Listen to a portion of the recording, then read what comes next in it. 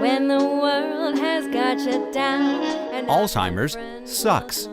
It's an equal opportunity disease that chips away at everything we hold dear. And to date, there's no cure. So until there is, we continue to fight with the most powerful tool in our arsenal, love. This is Love Conquers Alls, a real and really positive podcast that takes a deep dive into everything Alzheimer's, the good, the bad, and everything in between. And now, here's your hosts, Susie Singer-Carter and Cassie Cruz. all you gotta do is sing a song. Hi, I'm Susie Singer-Carter. And I'm Cassie Cruz. And this is Love Conquers Alls. And today I did tidy up my background, and it's cheerful, at least in case, distracting. It always looks fantastic. You always look fantastic. Thank you. You look fantastic, and you have pretty flowers, so that's nice. Thank you. Little cheerfulness, a little. One of my friends came and dropped them off, and they, of course, because we're not like doing social contacting, they knocked on my door, left a text, and left me these beautiful flowers. Oh, that's nice. We have such a good guest today. We have such a good guest. I'm excited because she's actually like an incredibly brilliant human being who writes journalism for Scientific American and all kinds of things. I'm going to read you. Have you seen her bio? It's amazing. It's amazing. Yes, do read her bio for everybody. I'm going to read it so I don't miss anything out because it's nice. Yeah. Short but potent. Yes. Tanya Lewis is an associate editor for health and medicine at Scientific American, as I said, where she covers everything from genetics to neuroscience and, of course, lately the coronavirus pandemic. And previous to that, she was working as an assistant news editor at Scientific American and a news writer for The Scientist. And she's one of those smart girls, and a staff writer at Business Insider and a science reporter at Live Science. So she got it down. And she's also written for Science News and Wired, which is, I love that. Wired is cool. And she holds a graduate degree in science communication from the University of California, Santa Cruz, and a BS in biomedical engineering from Brown University. She's got some creds, man. I'm just saying. Well, that's very smart. She knows how to research, find out information, and then write it beautifully so we can understand it. Exactly. And that's what we're going to be talking about today, right? Yeah, and more. So I'm going to bring her on. Yay! Please welcome Tanya Lewis. It's so nice to have you. Well, it's really nice to join you. Thank you so much for that lovely intro. I got to read your latest article, right? And I found it very fascinating because these are things that are a little over my head. But you broke it down and you really discussed all these little individual pieces so I could understand it as a layperson. So I really appreciate that about your writing. So I was really grateful for that because it's really hard concepts to understand. Yeah, I mean, exactly. It's my job is basically taking scientific jargon and just translating it into something that everyday people can understand, including myself. So although I do have some science background, I still have to learn these things from the ground up too sometimes. So if I don't understand it, then my readers definitely aren't going to understand it. Right. Well, I want to tell you did a fantastic job. And in Scientific American, there is an article that we, of course, wanted to have you on to talk about. It's called The Harder Look at Alzheimer's Causes and Treatments. Mm-hmm. Right. Well, because this whole month, I think the May issue is dedicated to Alzheimer's, right? Yeah, I actually have a copy right here. There it is. A new era for Alzheimer's. Please, God, let's make it a new era, a different era. Yes. Yeah. Yes. Yeah. We want that, please. Yes. Sure. Yeah. Bring us some good news. So what's great bring is us a treatment. Bring us some treatments. Bring us some treatments that actually will help us, stop the degeneration of the mind. Yeah, I think everyone would love to see that, and especially the scientists that are working on this. So, I'm sure. Yeah. I remember when I was developing a movie of the week for Lifetime at the time with this scientist. He and his wife, they were living in different continents, and and researching for cures and treatments for Alzheimer's, and they are up against so much. I mean, just dealing with the drug companies and trying to Yeah. penetrate that world, which is a whole nother topic. But we ended up having to stop the project from development because it got dark. But Oh, they really? were, yeah. Oh, because, well, there's a lot of money involved. And then we talk Mhm. about that whole, Yeah. and then what's the right thing to do. And I think that's, Tanya, would you tell us a little bit about what drove you to do this type of work, and who you are a little bit? I guess when I was growing up, I was always really interested in science, but I also sort of had this creative side, and I enjoyed writing and writing short stories and just silly things for myself. But kind of as I was going through school and college, I just sort of like followed this sort of track that I thought I should be doing, which was, getting a science degree. My dad's an engineer, so I kind of followed his footsteps a little bit. He's more of like an electrical engineer, and I went into biomedical engineering. But I was basically really fascinated with the human body, and Mhm. especially the brain, and trying to Mm. understand everything we could about why some people suffer various uh, problems with their brains, and what happens to kind of why is it that, like, for most of us our brains work fine all the time, and for some people you get a stroke or you get Alzheimer's or something, and suddenly those that brain circuitry just doesn't work the way Right. it should. Or why does it work when it shouldn't work? That Exactly. fascinates me, and Yeah, I know, it's amazing mm, how well the brain can really adapt to yeah, you know whatever is thrown at it in a way I that, know. like, most computers couldn't do.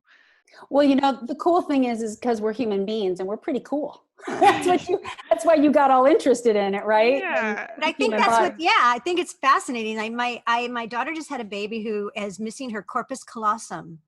Oh, wow. Yeah, and which happens, but they just didn't used to be able to diagnose it so early and know Huh. that. And most people live very well without it. But What Really? it, is it? Yeah, it's a connection between the two hemispheres in the brains. Mhm. But Oh, yeah, that's an interesting condition. I'm not that familiar with it. Yeah, wow. you can be partial. It's occlusion of the corpus callosum, so it's ACC.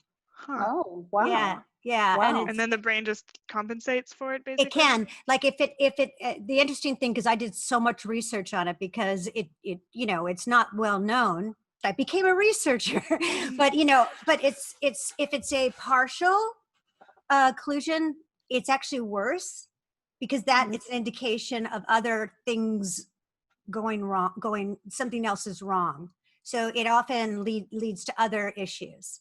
If Hmm. it's a complete occlusion, it's like I was saying before with elasticity, it's like, oh, okay, so that's not there. So the brain goes, okay, so let's go down here where there's still membrane, over here with the hippocampus or whatever. It's like, it's Yeah. interesting. Wow. Huh. I find it fascinating too. And Yeah. our little girl's 6 months now, and I mean, we're looking for the signs of anything, but it's so far Yeah. Knock on Yeah. anything. Well, chewy, as my with that, friend would say. well, with Yeah.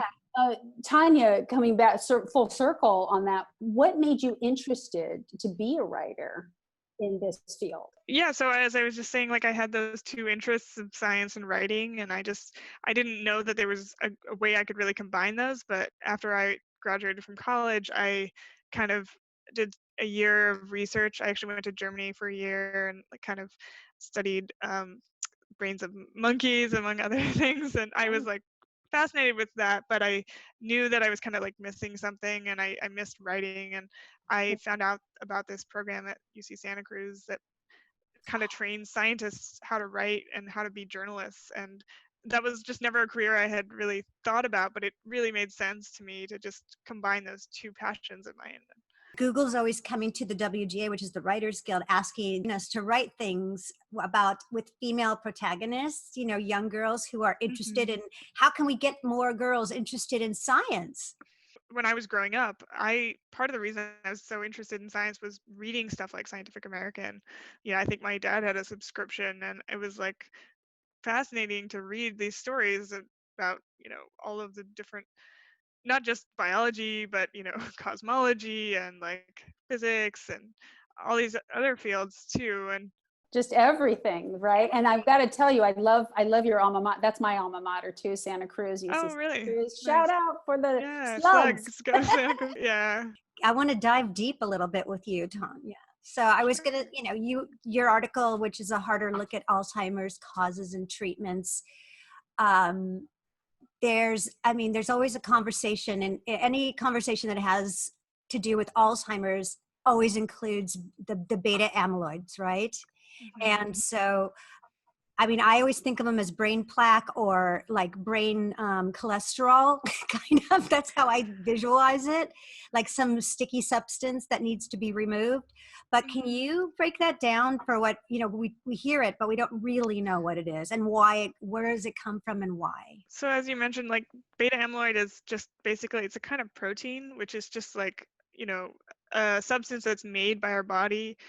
And we think it, I don't know if we know exactly why we make this particular protein, but it's kind of made by breaking down another protein, which is called amyloid precursor protein. That's the technical name. But for some reason, there's like a breakdown in the process of breaking down this protein, and it just accumulates in these kind of sticky clumps, like you said, in the outside of the brain cells and neurons in the brain, and interferes with memory and cognitive functions.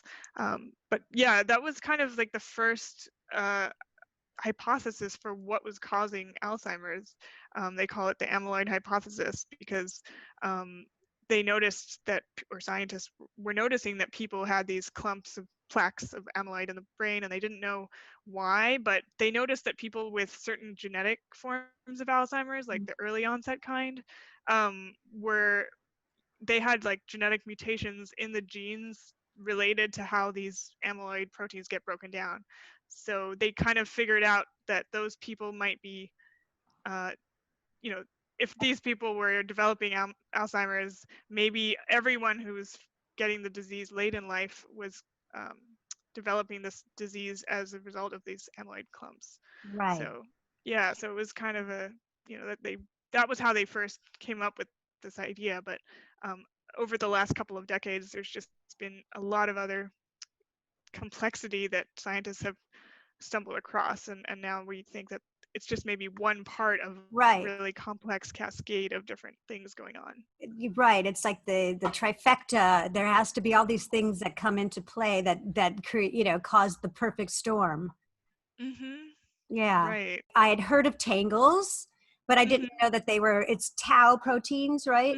Okay, so those are another thing, and those are the proteins that actually cause those webs or that tangle themselves around the neurons. That it? So the tau is actually inside the neurons, so it's kind of confusing. Like I think amyloid is on the outside and forms clumps and plaques, and then you have tau protein, which forms inside of the cells, and it's a structural protein inside the cell, but it gets like misshapen somehow and forms kind of these neurofibrillary tangles. It seems to be a progression where you get these plaques of amyloid developing on the outside of brain cells, and then you get the tangles on the inside. Right. And it's just a whole mess. We don't really know, if one is like causing the other. It might just, we just see these two features in most people that have Alzheimer's. And so the people that don't have Alzheimer's, the scientists have proven that these are not in these areas. So yeah, I think, or is this part of being just a human being? And some people it affects, because that's what I got from your article. There was not anything that was absolute conclusion at this point. I mean, there was all hypothesis still, and they had hoped to go further, right, with it. And they thought they saw something, and they're trying to find that key. They're trying to find the right pieces. Would you? Right. So we do think that amyloid is pretty heavily involved in in Alzheimer's, what we don't know is exactly whether it's causing the problems, or whether it's just sort of a marker, or like sort of a sign that the brain is, that the Could person, possibly, yeah, could like we don't possibly really do that. know if it's the cause or not, or whether or not if you kind of stopped amyloid from forming, or if you degraded it, if that would like lead to an effective treatment.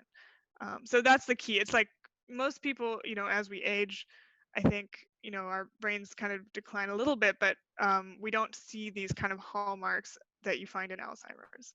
I gotcha. I gotcha. So is that what Biogen and the amyloid drug trial that that's why they're looking at this, thinking this is possible if we could reduce that, and that's what that drug's for. It's possible that that marker could dissipate, and maybe it wouldn't, continue to cause the problem. Yeah, is that correct? that's the basic idea. So Biogen and a bunch of other companies have really been focused on amyloid protein and amyloid beta, and trying to prevent these clumps of amyloid from forming. And they think, I mean, the idea was that if you just could disrupt those clumps, then maybe you could treat the disease and reverse some of the damage.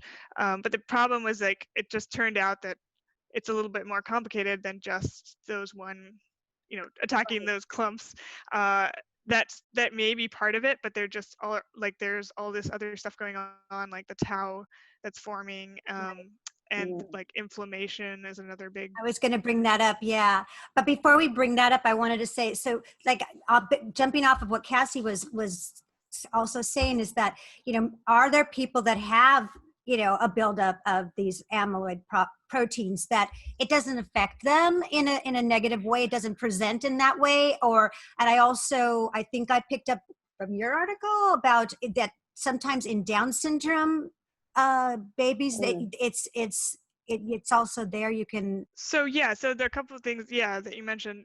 I mean, we don't know for sure if having these amyloid plaques necessarily means you're going to develop Alzheimer's. Most of the time, people eventually will develop some kind of Alzheimer's pathology, but there are definitely people who live their whole lives, and then like when they die, like they have signs of amyloid build up in the brain, but they don't seem to have developed like severe Alzheimer's. So we don't really know like how well like the amount of amyloid in your brain really correlates with severity of the disease you might have.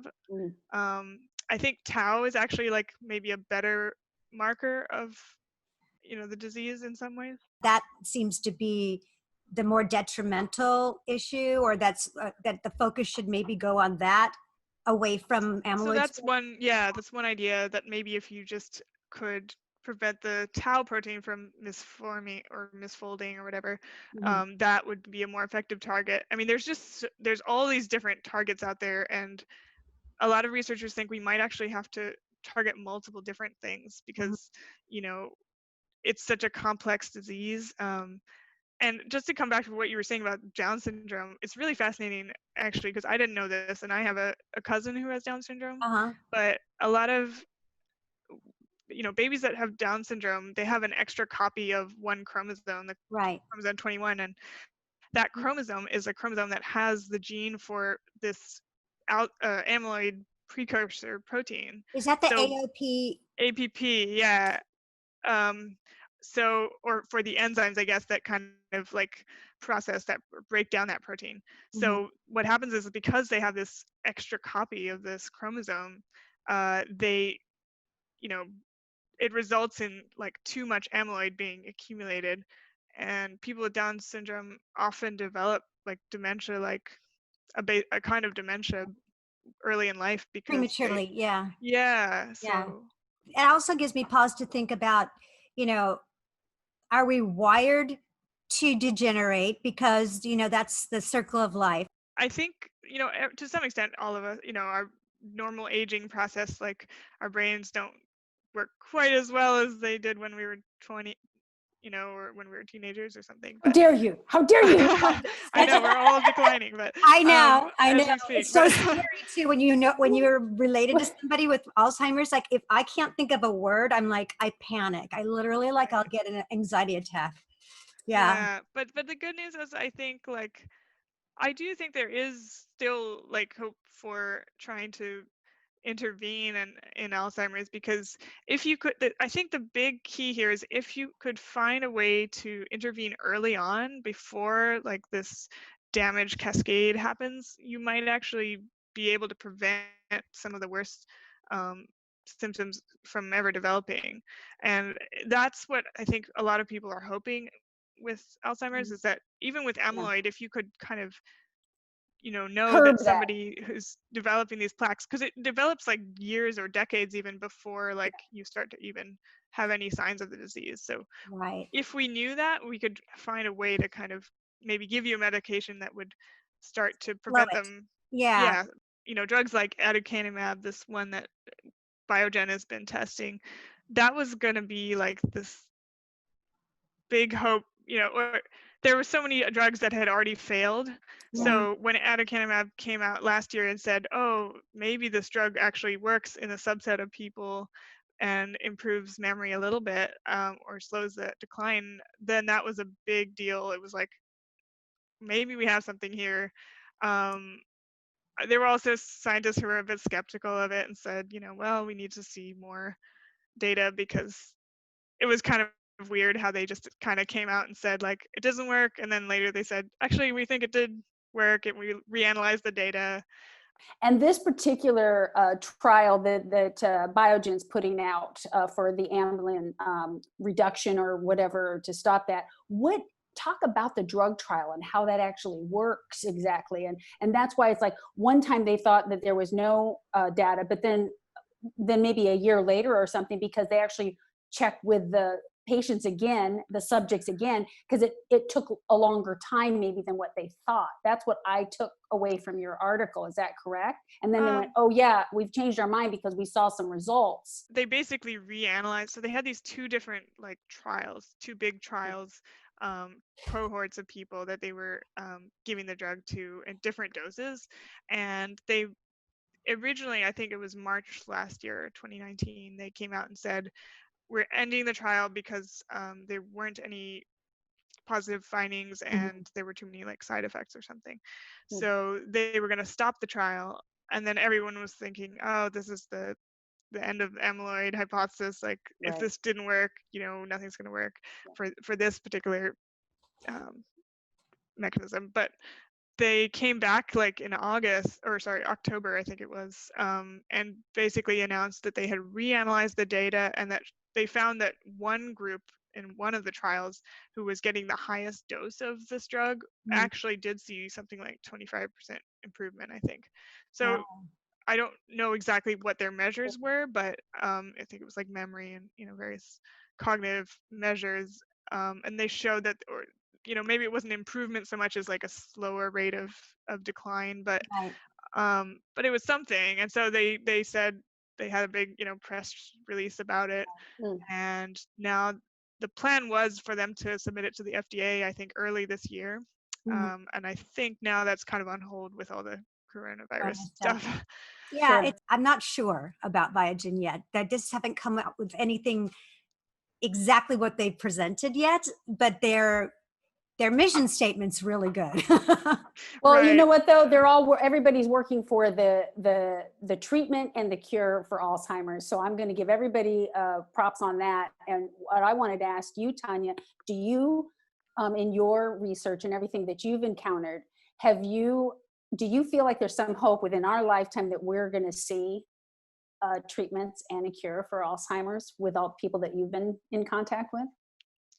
So that's probably the $1 million question. I mean, I certainly hope so. I think I'll say this. I think that there's been a lot of progress in understanding just this really complex disease, and I think we understand now that it's not like a simple disease where there's just one thing that goes wrong, and that if you just fix that one thing, you can fix the whole disease.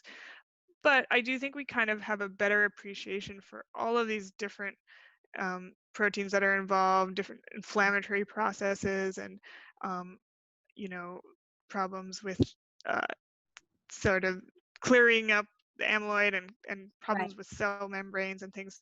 And now we're kind of understanding how all these pieces might fit together in a way. Hmm. I think it's going to take some time, probably to develop treatments that can, you know, deal with all of this, all of those different things. Like cancer, I feel like Alzheimer's might be triggered by many different things depending on the way the composition of your body and your biology, individually. Because, some people can smoke their whole life and not get cancer. Mhm. Other people can smoke and they've got, it's not just lung cancer, they've got cancer everywhere, Mhm. or, like Valerie Harper, who was in my movie, she had lung cancer and never smoked a day in her life. Hmm. Yeah, I mean, our own bodies are all so different that, it is complex, and I think there's so many factors we don't quite understand, but we do know, there are things that people can do preventatively. I mean, in terms of, I mean, it's not a guarantee, but if you exercise and eat well, there are things that can decrease the risk, I think. I know So you I had the take part some hope from that. you wrote an article last month about the coronavirus, and you were bringing up uh, what did you blood sugar Mm. and its correlation between your immune system, which I mean, Mm. when you say blood sugar, does that equate to inflammation? Because that, the level of sugar in your, Um, or not. so what happens with, I think that study or that story was basically looking at like why um, people with like diabetes, for example, who have problems with blood sugar, Right. that can trigger like an out of control immune response when you get infected with flu, for example.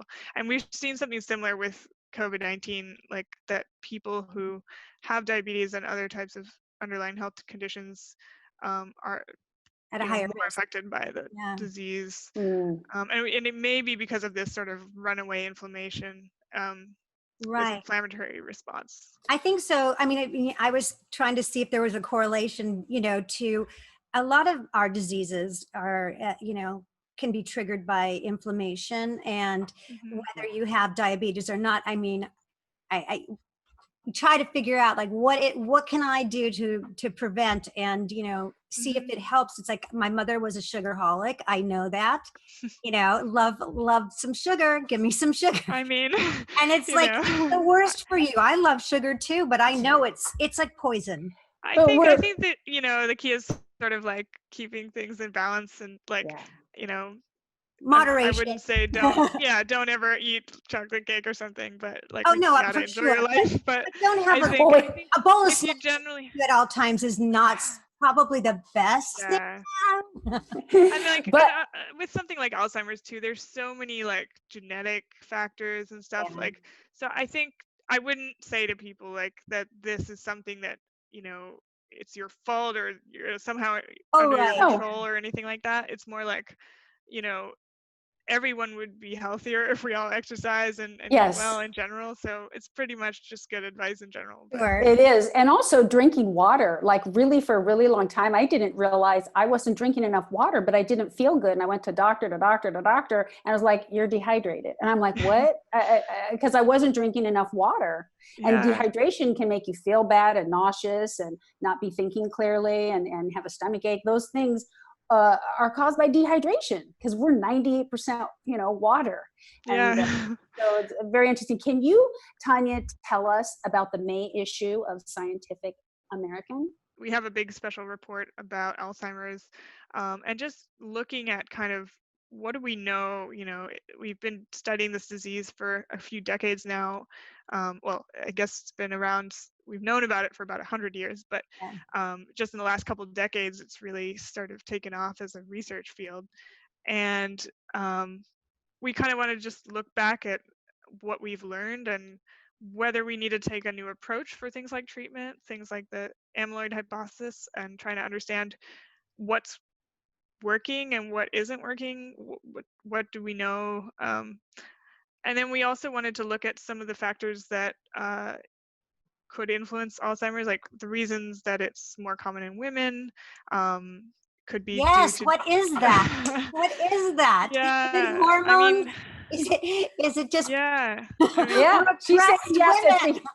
She's saying yes. It's the hormones. I mean, it's always the damn those hormones. hormones.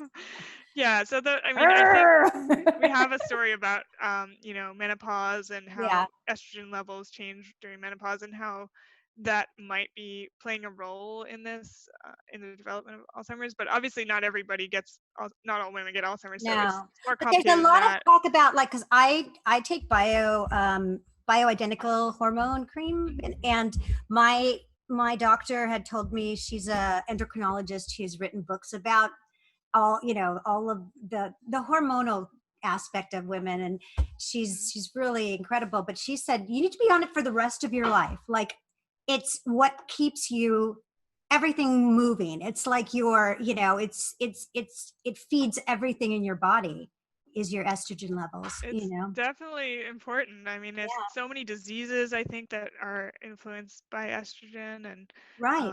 Because we are programmed to degenerate, and we're fighting it with tooth and nail. Yeah, it's true. Although, I mean, I think the good news is that if we learn more about what role estrogen might be playing, like there might be interventions and ways that we could use that to develop better treatments. No, for sure. No, I think it's it's a double-edged thing, but the same thing that we're discussing is like different trials or different drugs that are out there, different markers or different investigations or things that are being found, right, about Alzheimer's. Are there other drug trials that that are being investigated? Is that also part of the main issue, or is it just everything about Alzheimer's? So we didn't really go into too much of the sort of whole landscape of different trials out there, but yeah, the Biogen one was kind of like the last big hurrah for the amyloid hypothesis. So there's a lot of different companies developing drugs that target various things.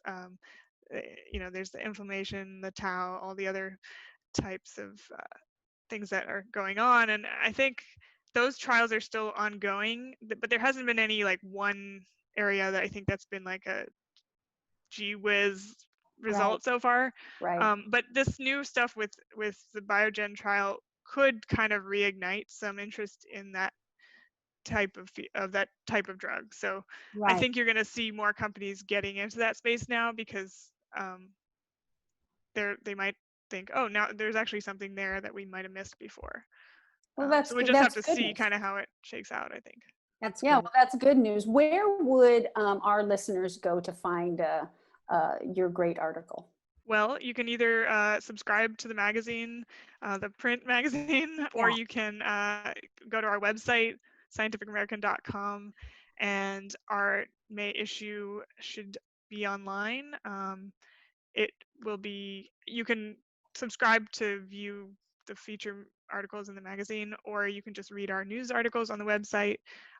Right now, all of our coronavirus coverage is free and freely accessible. So absolutely. Thank you for all of your great explanation and speaking to us, the lay people, to understand scientific jargon, because I'm not a scientist. But you made that's my job.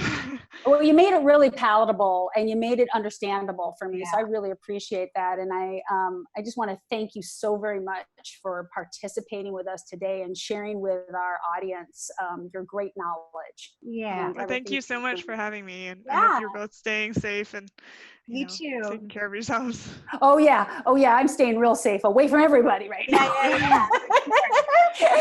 And of course, I want to say thank you so much to our listeners. We really love you. We appreciate you. Please keep coming back. And until next time, remember, love is powerful and love is contagious, and love conquers all.